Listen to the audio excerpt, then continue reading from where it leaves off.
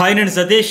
Promo 3, promo 4 అట్లాగే elimination గురించి last 2లో ఎవరున్నారు అన్ని విషయాలు చాలా ముచ్చట్లు, చాలా అప్డేట్స్, పక్కా కాన్ఫిడెన్షియల్ ఇన్ఫర్మేషన్ అయితే ఈ వీడియోలో షేర్ చేసుకోబోతున్నా. మరి మీరు అడుగుతారు కదా ఎప్పుడు ఇన్ఫర్మేషన్ ఈజ్ ఎ వెల్త్ అనే బాయ్ సినిమాలో డైలాగ్ లాగా. సో ఎలిమినేషన్ అయితే దివ్య నిఖిత, ఈ పిల్ల పేరు నాకు కన్ఫ్యూజ్ అయిపోతుంది. దివ్య నిఖిత ఇంటి పేరు ఏంటో గుర్తురాదు, వేలమూర సంథింగ్. దివ్య నిఖిత అయితే అఫీషియల్గా ఎలిమినేట్ అయిపోయింది. అట్లాగే మరి దివ్య నిఖితతో పాటు ఎవరు ఉన్నారు లాస్ట్ 2 వరకు అంటే సుమన్ శెట్టి ఉన్నాడు. లాస్ట్ 2లో సుమన్ శెట్టి అండ్ దివ్య ఉంటారు. సో దివ్యాక సుమన్ శెట్టిక అనే ఒక ఊగిసలాట హౌస్ మేట్స్కి మనకైతే క్లారిటీ ఉంది, దివ్యకు ఉంది. పైగా ప్రతి వారం వచ్చి సుమన్ శెట్టి ఆహా ఓహో తోపు అని లేపిన వాళ్ళకి సుమన్ శెట్టి వెళ్ళిపోవడం ఏంటి, ఊరికే పెట్టారు, సరదాకి పెట్టారు, ఫన్ కోసం పెట్టారు ఉంటారు అనుకుంటారు. బట్ సుమన్ శెట్టి కూడా ఇప్పుడు అర్థమైంది. నాకు మొన్న కూడా కొంతమంది కామెంట్లు పెట్టారు, ఏంటి సార్ సుమన్ శెట్టి డేంజర్లో ఉన్నాడు, బాటమ్ 2లో ఉన్నాడు, అది లాస్ట్ కూడా వచ్చాడని మీరే చెబుతున్నారు, ఇంకెవరు చెప్పట్లా అన్నారు. నేను చెప్పాను కదండి. ఆయన నాకు తెలియదా ఇన్ని సీజన్లను చూస్తామని, నిన్న అదర్ లాంగ్వేజ్ తెలుగు సీజన్లో నా ఎలిమినేషన్ ఎప్పుడు మిస్ కాదు. మార్నింగ్ కూడా నేను ఈరోజు మార్నింగ్ వీడియోలో కూడా చెప్పా, 100% దివ్య, 99% సుమన్ శెట్టి. డబుల్ ఎలిమినేషన్ అయితే ఇద్దరు వెళ్ళిపోతారు, సింగిల్ అయితే వీళ్ళిద్దరిలో ఉంటుంది. ఆ ఉండే దాంట్లో కూడా పర్సంటేజ్ కూడా క్లియర్గా చెప్పా, 100% దివ్య అయితే 99% సుమన్ శెట్టిని. సో మొత్తానికి ఆయనే ఉన్నాడు. ఎందుకంటే నేను ఓటింగ్ శనివారం నాడు మార్నింగ్ కానీ ఫ్రైడే ఈవినింగ్ కానీ ఎట్టి పరిస్థితులు మిస్ కాకండి, పర్ఫెక్ట్గా చెబుతా. ఒళ్ళు దగ్గర పెట్టుకుని అన్ని క్రాస్ చెక్ చేసుకొని, నాకు అది క్యూరియాసిటీ ఉంటుంది ఎందుకు ఎట్లా క్రాస్ చెక్ చేసుకొని అనేక రకాలుగా చెబుతా. ఫైనల్లీ బాటమ్ 2లో వాళ్ళిద్దరు ఉండి, పైగా వీళ్ళు ఏమనుకుంటారంటే ఇంకా సంజనాకి ఇంత కోటింగ్ పడిన తర్వాత వెళ్ళిపోతారేమో, అంత కోటింగ్ ఇచ్చారంటే వెళ్ళిపోయే కంటెస్టెంట్కి అంత కోటింగ్ ఎవరు జనరల్గా పంపించేస్తాను కదా, ఎదురు బయటికి వెళ్ళిపోయి వాళ్ళే చూసుకుంటారు. వాళ్ళ ఆట హిట్టా ఫట్టా అనేది లైటర్ వేలో తీసుకుంటారు. బట్ ఇంత ఇచ్చినప్పుడు కూడా అర్థమైపోతుంది. అలాగే ఇంతకుముందు కూడా వీడియోలో చెప్పే కదా, ఈ ప్రోమోల గురించి కూడా మాట్లాడుకుందాం. అయితే మొత్తానికి దివ్య నిఖిత ఎలిమినేట్ అయిపోయింది. సుమన్ శెట్టి చావు తట్టి కన్నులు అట్టబోయింది అంటారు కదా, అట్లా అయిందనమాట. అతడైతే ఈ వారానికి సేవ్ అయ్యాడు, వచ్చే వారం పంపొచ్చు. ఇక ప్రోమోల గురించి చూసుకుంటే కళ్యాణ్ అగ్రెసివ్ గురించి, వాడకూడని బీప్స్ వర్డ్స్ గురించి కూడా, అంటే ఆ కోపంలో ఏదో అనేసి సార్ నాకు కూడా అర్థం కాలేదంటే కోపం డేంజరే, యాంగ్రీ డేంజరే. అయితే ఆ బూత్ ఏంటి ఏమన్నాడు అక్కడ దివ్యకి మనకు చూపించలేరు అనుకోండి, బీపీ వేయాలి. కాకపోతే ఆ దివ్య అండ్ షాక్ అయ్యారు, ఎమాన్యుయల్ రియాక్షన్ ఇచ్చారు, వాళ్ళకి తప్ప ఎవరికి అర్థం కాదు, నరమానవుడు కూడా.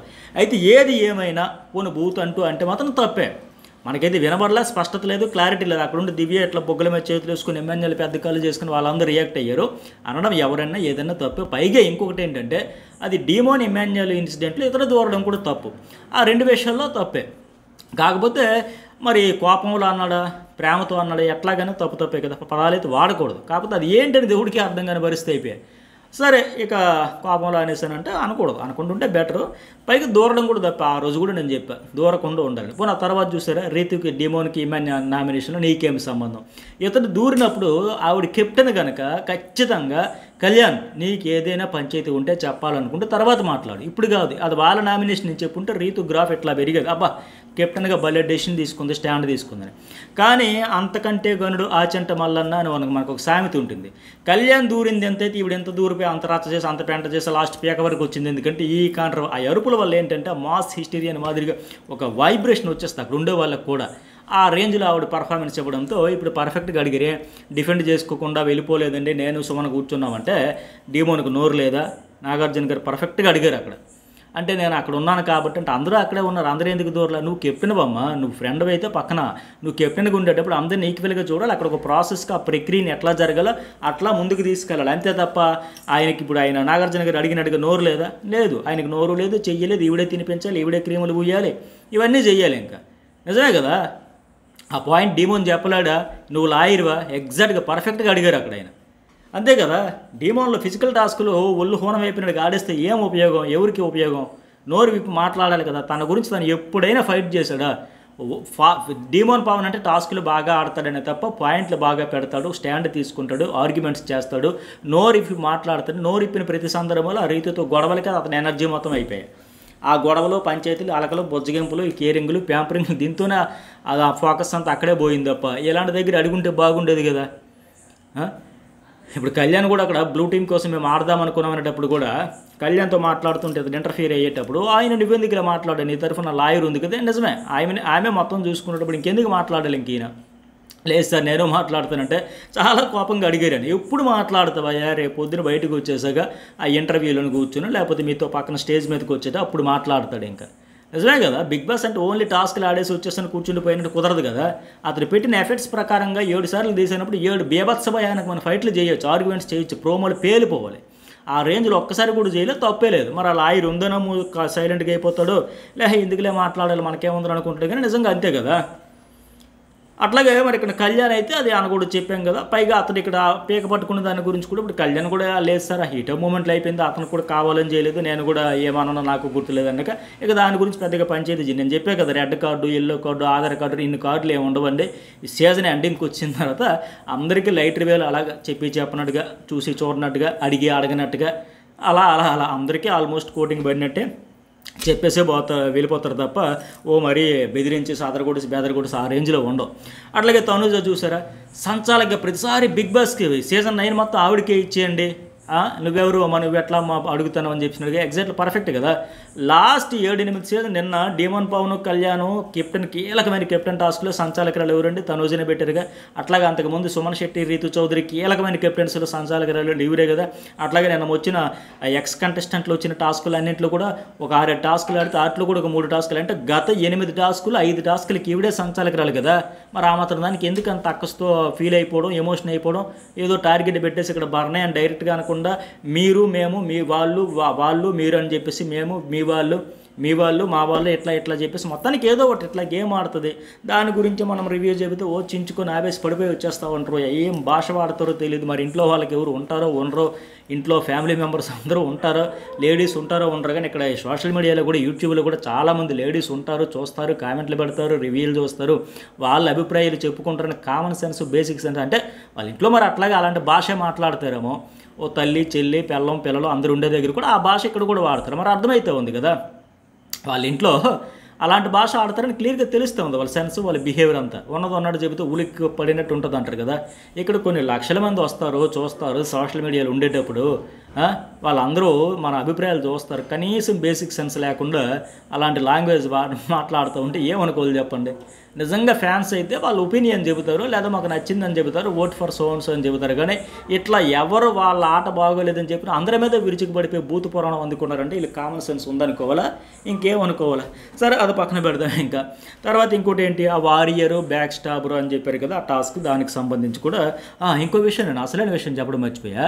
ఇప్పుడు కళ్యాణ్ ఏం పేరు దివ్య ఎలిమినేట్ అయిపోయిందంటే ఖచ్చితంగా ఎవరికి పండుగ, కళ్యాణ్ ఫ్యాన్స్కే పండుగ, బేభత్సమైన పండుగ. తన గొయ్యి తను తవ్వుకున్నట్టుగా. ఎవరు, తనూజ. ఇప్పుడు బిగ్ బాస్ హౌస్లో ఏంటంటే మీకు గుర్తుందో లేదో, ఖచ్చితంగా 100% ఏం జరుగుతుందంటే, ఒక స్ట్రాంగ్ కంటెస్టెంట్ అవుట్ అయిపోయారంటే వాళ్ళ ఓటు బ్యాంక్ మొత్తం వేరే కంటెస్టెంట్కి వాళ్ళు ఫ్రెండ్లీగా పాజిటివ్గా ఎవరు ఉంటారో వాళ్ళకే షిఫ్ట్ అయిపోతుంది. ఇక్కడ కూడా అదే జరుగుతూ ఉంది. ఇప్పుడు దివ్య వెళ్ళిపోవడం వల్ల ఒక 5-6% ఓటింగ్ ఆవిడకి పడింది, బర్నీకి అవ్వదు. ఎందుకంటే బర్నీ ఆవిడ గొడవలు పడుతూనే ఉన్నారు, టామ్ అండ్ జెర్రీలకు కాదు, పాము ముంగిసలకు అయిపోయారు లాస్ట్కి వాళ్ళు. సో ఖచ్చితంగా అతనికి షేర్ అవుతుంది, కళ్యాణ్కే షేర్ అవుతుంది. ఎందుకంటే కళ్యాణ్ దివ్య ఫ్రెండ్షిప్ క్లాసీగా అనిపించింది. అట్లాగే అయితే కొంత డీమాన్కి అవుతుంది, లేదా కళ్యాణ్కి అవుతుంది. మ్యాక్సిమం కళ్యాణ్కి షేర్ అయ్యే అవకాశం ఉంది. ఇప్పుడు దివ్య డీమాన్కి కూడా ఫ్రెండే, కళ్యాణ్కి కూడా ఫ్రెండే, కాకపోతే ఎక్కువగా కళ్యాణ్కి షేర్ అయ్యే ఛాన్సెస్ వెరీ హై. సో అతని ఫ్యాన్స్కి అయితే పండుగ ఆవిడ ఎలిమినేట్ అయిపోవడం వల్ల. ఎందుకు ఇంత ఖచ్చితంగా చెబుతున్నానంటే, దమ్ము శ్రీజ ఎలిమినేషన్కి ముందు కళ్యాణ్ ఓటింగ్, దమ్ము శ్రీజ ఓటింగ్ చూడండి. దమ్ము శ్రీజ ఎలిమినేట్ అయిపోయిన తర్వాత కళ్యాణ్ ఓటింగ్ తేడా ఒకసారి గమనించండి. అమాంతం అతనికి హైప్ వచ్చి, ఊపు వచ్చి, ఫుల్ ఫ్యాన్స్ అంతా సపోర్టింగ్ అంతా వచ్చి, దమ్ము శ్రీజ ఫాలోవర్స్ అంతా కూడా కళ్యాణ్కి ఓటు వేయడం, సపోర్ట్ తీసుకోవడం, కామనర్ మనలాంటి ఒకడు, మనలో ఒకడు, ఇవన్నీ ఓన్ చేసుకుని ఆ ఓటింగ్ అయితే భయంకరంగా పెరిగింది. అట్లాగే ఇప్పుడు దివ్య విషయాన్ని కూడా ఈవిడ కూడా కామనరే, సెలబ్రిటీ కాదు, ఏముంది ఒక డాక్టర్, ఆమె యాక్టర్ కాదు.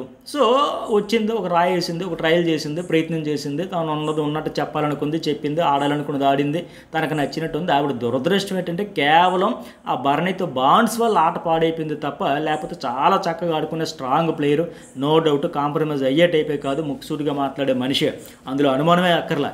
ఆవిడ దురదృష్టం ఏంటంటే ఈవిడ ఇప్పుడు ఇందాక చెప్పినట్టుగా ఈవిడ 5 సార్లు చేసేవచ్చు 8 టాస్కుల సంచాలకురాలుగా. ఆవిడకు ఒక 2 టాస్కులు ఇస్తే అక్కస్తో ఊగిపోవడం, ఆవేశపడిపోవడం, ఆవిడ మీద బురద జల్లేసి ఆ దివ్య నన్ను టార్గెట్ చేసేస్తుందిరా బాబో ఈ నేడు చేసి పెడబొబ్బలు పెట్టేసి తిరిగి ఆవిడని టార్గెట్ చేసాడు. అట్లా చేసేసి ఆవిడని కంపు చేసేసి బ్యాడ్ చేసేసి అసలే మన వాళ్ళు చాలా సున్నితమైన హృదయాలు కదా, అయ్యో తనూజ ఏడిచిందంటే వీళ్ళు ఏడిచేస్తారు, ఇంకా సింపతి ఇదైపోయి ఆవిడని టార్గెట్ చేసి పంపేసింది. కానీ అయితే దానివల్ల తన గొయ్యి తనే దవ్వుకుంది. ఇక్కడ తనూజ అనుమానమే లేదు, తన గొయ్యి తనే ఖచ్చితంగా దవ్వుకుంది. నీ శత్రువుని బిగ్ బాస్ హౌస్లో సీజన్స్ ఎండింగ్ వచ్చే కొద్దీ నీ శత్రువుడు హౌస్లో ఉంటేనే నీకు మేలు జరిగింది. ఎందుకంటే వాళ్ళకి ఎంతో కొంత టాప్ 5లో ఉంచాలనో ఏదో ఒక రకంగా ఓట్లు పడతాయి. వాళ్ళని నువ్వే టార్గెట్ చేసి కంకణం కట్టుకుని బయటికి తరిమేసే మాదిరిగా ఇంకా పంపించేస్తే తప్ప మనకు మనశ్శాంతి ఉండదు అనుకుంటే ఇప్పుడు బయటకు వచ్చిన తర్వాత ఎవరికి నష్టం? ఆవిడికే నష్టం. దివ్య హౌస్లో ఉంటుంటే ఒక 5% ఓటింగ్ దివ్యకు పడేది, అది ఎవరికి ఉపయోగపడేది కాదు. ఇప్పుడు దివ్య బయటికి రావడం వల్ల తనూజ గొయ్యి తనే తవ్వుకున్నట్టుగా, తన పంపిస్తే తప్ప నేను నిద్రపోను అనుకుంది కదా. ఇక తర్వాత ఏమవుతుందంటే ఇప్పుడు దివ్య వచ్చి కళ్యాణ్ కోసం స్టాండ్ తీసుకుంటే ఆవిడకి వేసే సపోర్టర్స్ అందరూ ఖచ్చితంగా కళ్యాణ్కి వేస్తారు. కళ్యాణ్కి దివ్యకి తనూజకి ఇప్పుడు టైటిల్ రేసులో కాంపిటేటర్స్, వాళ్ళిద్దరి మధ్య గట్టి పోటీ ఉంటుంది. సో ఖచ్చితంగా ఎవరికి జరుగుద్ది? కళ్యాణ్కి అవుద్ది. సో ఆయన ఫ్యాన్స్కి పండుగ, తనూజ ఫ్యాన్స్కి అయితే అయ్యి బాబోయ్ కొంప కొల్లేరైపోయేలాగా ఉంది అని ఇబ్బంది పడాల్సిన పరిస్థితి వస్తుంది. సో ఇట్లాంటి ఈక్వేషన్స్ అన్ని చాలా చాలా చాలా పంచాయతీలు అయితే ఉంటాయి. మరి మీకేమనిపించింది ఖచ్చితంగా కామెంట్ చేయండి. సోమన్ శెట్టికి అయితే ఈ వారం కూడా మొత్తానికి తప్పుకున్నట్టే. ఇక అట్లాగే ఆ బ్యాక్ స్టాబరు ఇంకేంటిది ఎనిమి అవన్నీ టాస్క్ ఇచ్చారు కదా వారియర్ అని, ఏముంది ఇక్కడ మ్యాక్సిమం సేఫే చెప్పేస్తారు. ఎమ్మెన్యేలు సేఫే చెప్తున్నాడు, డిమానో సేఫే చెప్తున్నాడు. సరే ఇక తినబోతు రుచులు ఎందుకు, దీని గురించి కూడా ఖచ్చితంగా ఇక్కడ నాకు ఒకటి నచ్చింది. తనూజ నయం ఆ ఫీడ్బ్యాక్ అందుకొని ఖచ్చితంగా ఎమ్మెన్యేలు నాకు కాంపిటేటర్ అనే ఉద్దేశంతో ప్రతిసారి అతన్ని టార్గెట్ చేస్తుంది, అతనితో ఆడాలనుకుంటుంది. ఆ స్పిరిట్ నచ్చింది. అతనే టఫ్ లాగా ఉంది, అతనికి నాకే టైటిల్ రేసులు ఉండే అవకాశం ఉంది, మా ఇద్దరిలోని విన్నరు రన్నర్ అన్న ఆవిడకి అందని ఫీడ్బ్యాక్ మేరకు ఆవిడ అయినతో కయ్యానికి కాలు మాదిరిగా ఉంది. ఆ ఫైటింగ్ స్పిరిట్ నచ్చింది. బట్ ఎమ్మెన్యేలు మాత్రం ఎక్కడ కూడా సేఫ్ ఆడుకుంటున్నట్టు ఉన్నాడు. ఎందుకంటే వీళ్ళిద్దరు నాకు బ్యాక్ స్టాబర్స్, వీళ్ళిద్దరు నాకు స్ట్రాంగ్ అని సేఫ్ రీజన్స్ చెబుతున్నారు. అందుకే ఆయన ఆట కూడా పోయింది. ఇక లాస్ట్లో రీతు కూడా నన్ను తీసేద్దాం అన్నమాట. మరి తీసేస్తారు, కాంపిటీషన్ అనేటప్పుడు తీసేస్తారు కదా, ఎవరితో టఫ్ ఉంటే వాళ్ళకే. వెన్నుపోటు పొడిచావని మాదిరిగా చెప్తుంది. ఎట్లా అవుతుంది? ఎమ్మెన్యేలు రీతు చౌదరికి మాట ఇచ్చుంటే నీకు చెప్పాను, మాట ఇచ్చాను, మాట తప్పితే అప్పుడు అవుద్ది. కానీ తను గెలవాలనుకున్నట్టు గెలిపించుకుంటే అది ఎట్లా తప్పు అవుతుంది? అది కాదు కదా. సో తను అనుకున్నాడు ఇప్పుడు దివ్య అప్పుడు ఎమ్మెన్యేలు గెలవాలనుకుని రీతుని తప్పించింది. అట్లాగే ఇక్కడ ఎమ్మెన్యేలు ఏంటి కళ్యాణ్ గెలవాలనుకున్నప్పుడు వేరే వాళ్ళని తప్పిస్తారు. అట్లాగే జరిగింది. అందులో వెనుపోటు ఎక్కడుంది? సో అక్కడ మాట ఇచ్చామంటే ఎవరు ఇచ్చారు, మాట ఇచ్చారని ఆ రీతే చెబుతుంది. ఎవరు చెప్పారు నీకు మాట ఇచ్చావని, నువ్వు నాకు మాట ఇచ్చావని చెబుతున్నానంటే మరి మాట ఇచ్చి తప్పితే అది బ్యాక్ స్టాబర్ అవుతుంది. మాట ఇవ్వకపోతే ఇంకెట్లా అవుతుంది? తన గేమ్ తను ఆడాడు, నీ గేమ్ నువ్వు ఆడేవు, అంతే కదా. సో ఇవి 2 ప్రోమోలు ఎపిసోడ్ అయిపోయిన వెంటనే దీని గురించి ఫుల్ డీటెయిల్గా మాట్లాడుకుందాం. మరి మీకేమనిపిస్తుంది ఖచ్చితంగా కామెంట్ చేయండి, లైక్ చేయండి. సింగిల్ ఎలిమినేషన్ దివ్య మాత్రం అవుట్ అయిపోయింది. ఈ వీడియోకి ఎంతవరకు కామెంట్ చేయకపోతే కామెంట్ అండ్ లైక్ కూడా చేయండి.